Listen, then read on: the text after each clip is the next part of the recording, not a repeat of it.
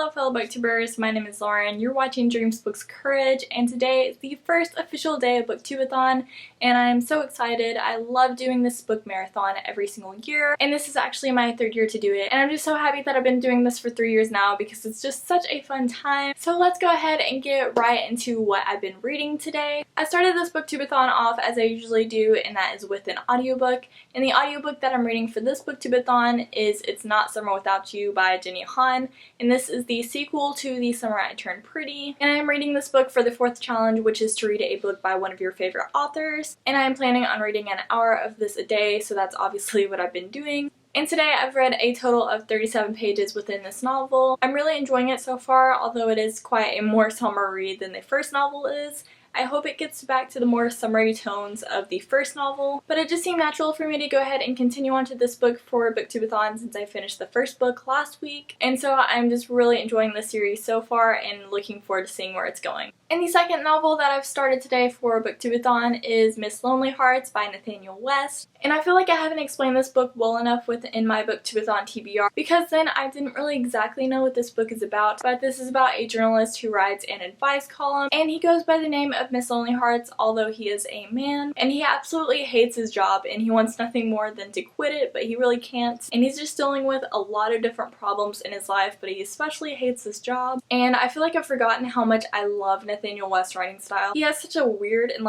aggressive writing style, but it reminds me a lot of F. Scott Fitzgerald's writing style, and so I'm really enjoying this so far because it also reminds me of The Day of the Locust, which is the other story that is in here, and I am hoping to complete this today. It's only 58 pages, so it shouldn't be too hard, but so far today I've read 22 pages of this, so the total amount of pages that I've read so far today is 59, but I'm really hoping that I'll read quite a bit more tonight. So tomorrow during my day 2 video I will be updating you on how many pages that I read today, and so let's go ahead and move on to what I plan on reading tonight. Whenever the sun sets, I am planning on reading the selected poems of T.S. Eliot, and this of course will satisfy the challenge of reading a book only after sunset. I only plan on reading 5 poems of his a day, but I am looking forward to getting back into this because I just love his work so much, and it's really hard to give a synopsis on this considering that it is just a collection of T.S. Eliot poems, but I feel like a really great one to start off with is the love song of J. Alfred Prufrock, and it is my favorite poem ever. So I definitely recommend that you at least check that one out. I'm definitely looking forward to reading more by T.S. Eliot, and I am also planning on finishing Miss Lonely Hearts by Nathaniel West, and I don't believe that I mentioned this before, but this is also for completing my challenge number 5, which is to read a book that is older than you, and this is quite significantly older than me, so it definitely completes that challenge. And now let's move on to the book challenge of the day, which is actually a yearly challenge, and that is to create book dominoes, so that is exactly what I did. And so before I show you that video, I just wanted to briefly go over it a little bit. I had my BookTube-A-Thon TBR books up here, and then the rest of the books were also on my TBR, but those I put more in a rainbow order, so I just really hope that you enjoyed this, and I tried to be a little bit more creative with the way in which the dominoes fell this year, so I hope that you enjoyed that as well.